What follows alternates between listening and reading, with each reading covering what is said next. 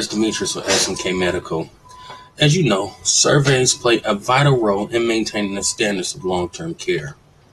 It's important that facilities are prepared for surveys at all times. What I wanted to share with you today is the top 10 citations for 2023 so far. We start off with the first one, F884, reporting. This is an NHSN citation. Facilities are receiving this because they're not reporting timely. Some 12,000 facilities have received this citation.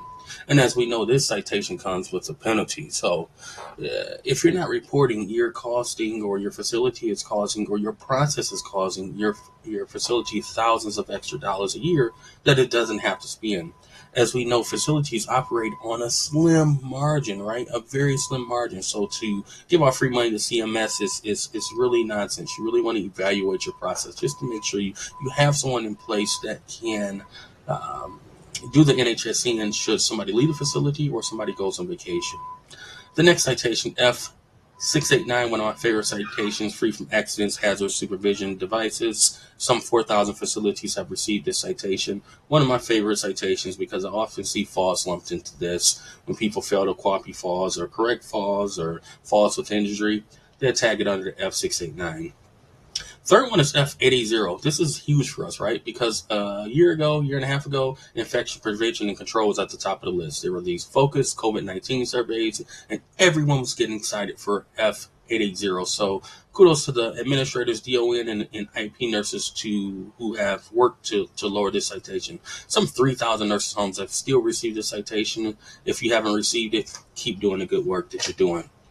F684, quality of care. I've seen plenty of nursing homes get this for things like missed medications, falls again, dialysis residents missing dialysis. Plenty of things can lump into F684. What's interesting about F684 is it can be tagged as a substandard quality of care, right? So with that, it could actually lead to a directed plan of correction if it's severe enough. When I'm shocked at number 5 is F812, food procurement, storage, prepare, and to be served. Some 3,000 nursing homes received that. F656, which is care plan development.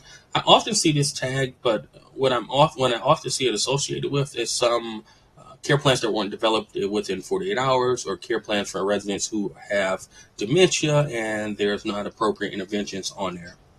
The next one is F677, ADL, care provided to dependent residents. F761, label storage of drugs. Now, label storage of drugs is one I think that we shouldn't see as high as we do. Some 1,900 facilities receive this.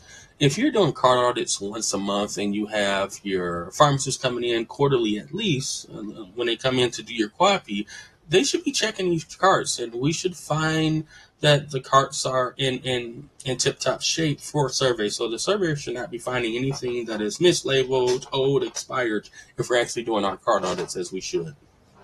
Moving down to number 9, treatment of services to prevent and heal pressure ulcers.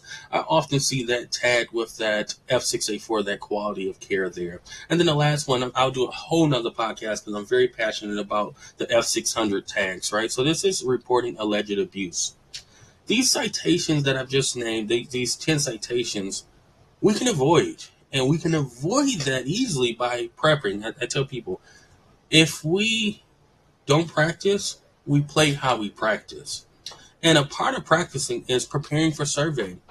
You have to continuously prepare for survey. So how do you mitigate and prepare for survey so you can avoid these citations? Well, SMK Medical has wrote a blog on preparing for survey and beating these top 10 citations. And the first thing that you can do in this blog that you have access to is to review the CMS pathways. The CMS pathways are free. You don't have to hire anyone. You can do the pathways yourself. You can utilize the pathways to prep for survey and check for potential deficiencies. In this link, we give you access to the pathways here. These pathways are free. When you click into them, we've uploaded them into this lovely drive for you. You just come here and download the pathway that you need. You can look at it this way or this way. Another thing that you can do to prepare for survey readiness is you can train staff and continue to train staff. See, staff training should not result because you have a fry. Staff training should not result because you just hired someone. Staff training should not result because you received a POC. Staff training is an ongoing thing that needs to continue to happen. It doesn't stop after orientation. And the last thing you can do is do a mock survey. Have an outside company do a mock survey. I can't tell you how many times we walk into facilities. I walk into facilities and they say, we just had a mock survey. Or I'm called to help them with the plan of correction. They say, I don't know what happened. We've done a mock survey. Well, oftentimes when you do an internal mock survey, you don't cite yourself as hard as the state will cite you. See, the state doesn't know you, so they have no skin in the game. But if you have another administrator that's your friend from your sister facility coming in, or your regionals coming in, are they really going to cite you and find issues as they should if it's going to represent and determine how they will look? So if it's your boss and another regional coming in, are they really going to say this building is horrible because it represents the building that they technically oversee? So to me, one of the best things you can do is conduct a mock survey with a third party who comes in and really rips the sheets off the mattress and tells you, hey, these are the issues that we're finding, and you should probably start with fixing these issues right now and copy the remaining issues. Develop a plan.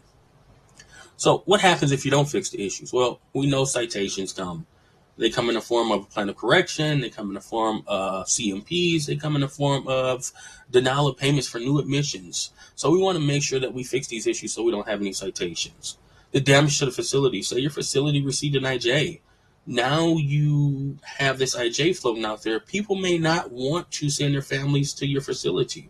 An IJ can damage your star rating. So you are a 3-4 star facility, and you are already struggling with making ends meet, hitting those KPIs.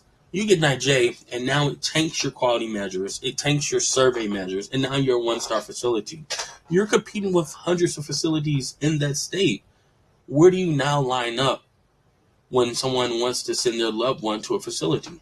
And then the legal liability that comes with it, right? We talk about injuries leading to lawsuits, leading to facility closures. I've consulted with facilities who, were on the verge of closing because they couldn't pay a fine or they couldn't pay out a lawsuit, right? Because they didn't have the revenue, so they let the insurance lap.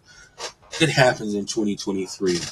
So if you want to avoid this, I would recommend you utilizing the pathways, reviewing these top 10 citations the CMS are citing, at least in your facility, and determine if you're at risk for these. If you are at risk or you don't know where to start, you can always reach out to me, Demetrius Kirk, Senior Consultant with S&K Medical. I'm here to help you move the needle forward. My consultations are free, so even if you just want to chit-chat or connect just to hear my thoughts on the steps you should be taking, you can reach out to me. My link is in my bio, and you can call me directly at 313-314-8267. Thank you so much for your time.